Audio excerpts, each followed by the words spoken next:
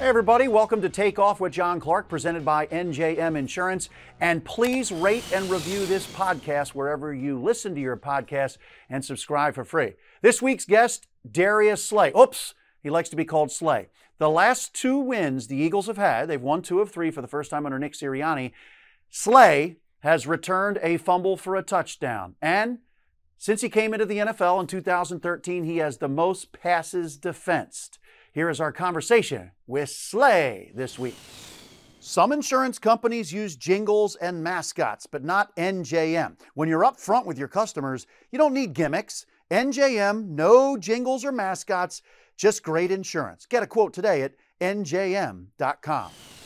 All right, we are joined by Slay. Yep. You're not going to make that mistake. You're not going to make. No, please do not. Please. Not mentioning your first name. Congrats on NFC Defensive Player of the Week. I know a couple weeks ago you said maybe you're a little underrated. Right. Does this help kind of get Slay out there? Yeah, I mean, it does a lot, you know. Sure. Of course, anybody that's just get recognized as a player of the week is always kind of, you know, get their stuff out there a lot. So it's always a blessing, man, to be on that list. So apparently you actually ran 121 yards. Uh-huh. Do you know the top speed you got up to or anything I like don't know, but I only use my top speed for that little burst between the defense. After that, I was coasting, man, because my back got tight. Yeah, the monkey got on my back quick. How about this defense? It looks like you guys are kind of turning a corner here. Did it take some adjusting to kind of the new zone scheme and some of the things you were doing? We just blended in a lot. We doing the thing what Coach needs us to do, man. I know me and Steve we talk a lot, man. Anytime we get depressed, we go press, you know. We play the call within the call. So we just try to bring the call to life, and that's what we've been doing lately, man. Bringing the call to life and just trying to execute at a high level. It seems everywhere with the defense there was tighter coverage. Yeah. Do you think everybody is kind of getting more comfortable and evolving with this defense? Yeah, that's what we doing. We practicing, man. You know, guys, we got guys that coming out to practice, you know, linebackers help with their drops and what they can see. We understand when quick gang will come. And, you know, that's come from a lot of film study with us, and the coaches preparing us very well every week. We see you out there a lot with some of the younger guys. How much do you enjoy kind of being a mentor in a way with a lot of these younger guys? Good, man, because like I said, I mean, I was blessed enough to be 9 years in this game. I know a lot, man. I'll be trying to just help them reach their full potential, man. So that with me staying after practice, helping them guys, I'm doing it. If that's with talking about the game, you know, learning techniques, or just having just conversation about, man, you know, how to handle your money, how to do all kind of stuff. I'm always here for the information to give them. So, you know, it's always a blessing for me to be, and a blessing for them guys to just look up to me too. So I watched the way you ran with that football. I watched the moves you put on. How come you decided to be a defensive back and not a receiver? Because receivers, like, they easy to come by. You know, DBs, we don't fall off trees like that. So I was gifted to play the DB game, and so you just don't fall off the tree. You know, you be talented. Yeah, hold up, coach. But do you ever kind of say in moments like that, I could have done this? Yeah, I do. But I probably would have been just good. I ain't gonna lie, I probably just been like just good. But I'd have played long enough. But nah, DB, I knew I could be, you know, a guy, because it's hard to play this guy in the game. So you do the talking though about possibly playing receiver, and I saw you and DeVonta lining up with each other. Who wins that battle? I won 2-1. You know, and they ain't want to show all the reps and stuff like that. I won 2-1. You know, he got me on that last one for sure. He was on top, good position. I like the position. He learned that from me, because I told him if I'm on top, I control the route. So he controlled the route right there. He got a chance to win. But, you know, we had the ball 3-0 easily. But, you know, we just did some releases, but it was okay. But did you kind of just decide when you could release? Yeah, because we ain't on defensive time. You know, that's what hurry up offense. You know, if you ain't ready, you ain't set, it's your fault. That's what my coach tell me right now. He said, if you ain't ready and line up, it's your fault. So if he ain't lined up, I'm going to get this tub. So when I see the battles between you guys, just for fun, how is it in practice, and how are you making each other better and helping DeVonta? Real intense, man. You know, sure, I try to get every one-on-one rep with him, you know, just to help him as a young guy. And we do it. We get after it, man. He wins some, I win some.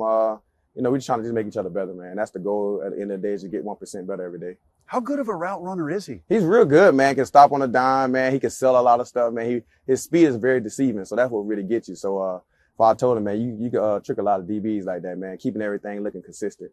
So that touchdown, the first one he had in Denver, how impressive was that, his battle with his former teammate? I loved it. I told him, man, you go and get your guy, man. You've been knowing you. He know you. You know him. So, man, his best man win right now is about who wanted more, and he wanted it more. We've seen him growing. Is there somebody that he reminds you of from your time in the NFL? Growing, you know, a guy like me, I remind me of like a guy like Marvin Jones, man. A guy that was, sneaky fast, real good at the catch point, 50-50 balls. He turned into 80-20s quick. So that's what he kind of remind me of a lot, man. But he just got, he's a little more polished than Marvin running routes at a younger age. But Marv, as he got older, he polished himself in a lot of routes. But that's what he remind me of, a good 50-50 ball guy too. We've seen how impressive he is as a route runner. How much are you also giving him tips in practice? A lot. Just because I said I've been around a lot of DBs, talked to a lot of guys, and I know it can work. I'm telling him the same thing a lot of DBs like to do is stay on top and control the route. And some people like depend on their quickness to beat you in and out of breaks. And one thing good about him is that he get out of his breaks real fast as a receiver. So I said that's against your strength. And, he got good hands. And after his catch, man, for him to be so small, he breaks a lot of tackles. I don't know if y'all noticed, but he breaks a lot of tackles. And he real good, man. He's a exciting player to watch. How about when you see what Jalen Hurts did in the first half and what he's done over the last 3-4 weeks? Mm-hmm. How much have you seen him grow as well? It's good, man. He controlling, man. He controlling the team. Like, he feels comfortable, man. He got his communication right. The team believe in him. We believe in him.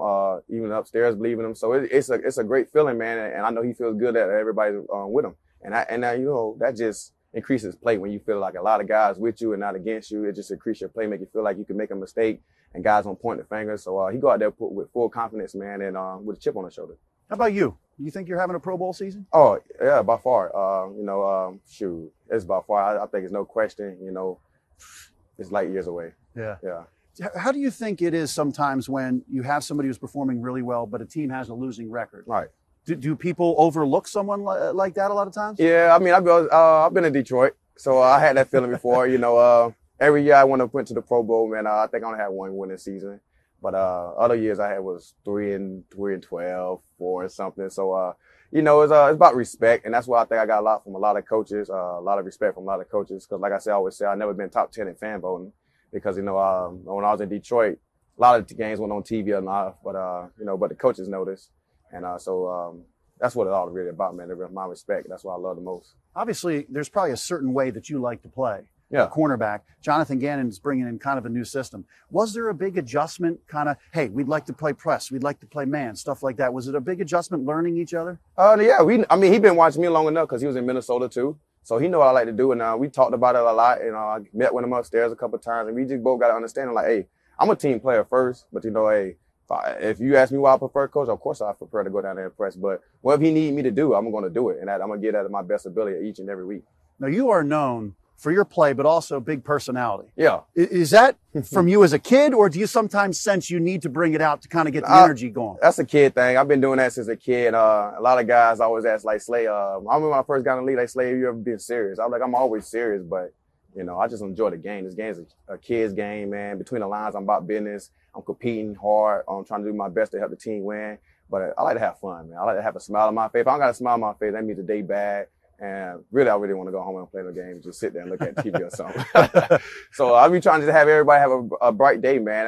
You don't know what another person going through, outside this building. So, man, I just try to come to work, put smiles on faces, and just try to be the best version of me. How about Nick Sirianni? One thing we've noticed with this team, obviously he's a new coach, but this team has always played hard for him. Yeah. You guys are getting better.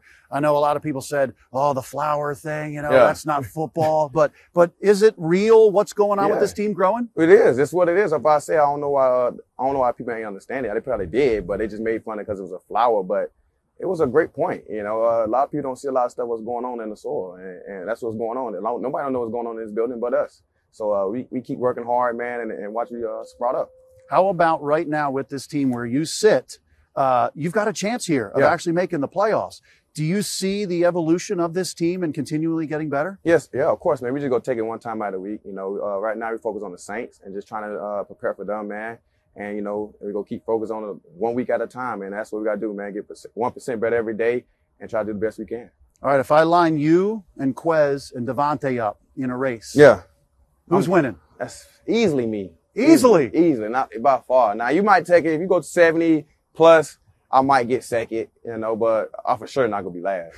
But I might get second 70 plus. But 40, I'm winning. So in practice, when you're opposite DeVonta Smith or Quez Watkins, who's winning in practice? Me. Yeah. Yeah, 99% of the time. Yeah, they only win 1% of the day. I stay 1% of them getting better because they win one route out of the day. I win. If we got 30 reps, I won 29. How competitive does it get? Very competitive because I keep all count, and I bring it into the locker room. I bring it into, we could be in the steam room. We could be wherever we want to be. I just walk by and say, I'm up 5-1. I just remind them, make sure they never forget. So they don't like that, but I love it. So they're going to keep hearing it as long as I'm here. And honestly, how much do you think that makes them better and it brings the competitiveness out every day? I do, because I know they want to talk junk to me. And a lot of guys know I talk a lot of trash. So when I talk it, they can't wait to beat me so they can talk it to me now, because I don't even want to hear it. Because I know they don't want to hear it, so I don't even want to hear it either. But it'd be cool, man. We having fun doing it, though. So you're the reigning champ. Yeah, I'm always going to be the reigning champ. Always. There's not going to be a losing champ. I'm going to always be the reigning champ. All right, well, thanks a lot for the time. Thank you. And wish you the best of success down the stretch here. Appreciate it. Just a reminder, please subscribe to Take Off with John Clark for free and rate and review it. Want to know your opinions and what we can work on to improve your listening experience. Thanks, everybody, for listening and watching.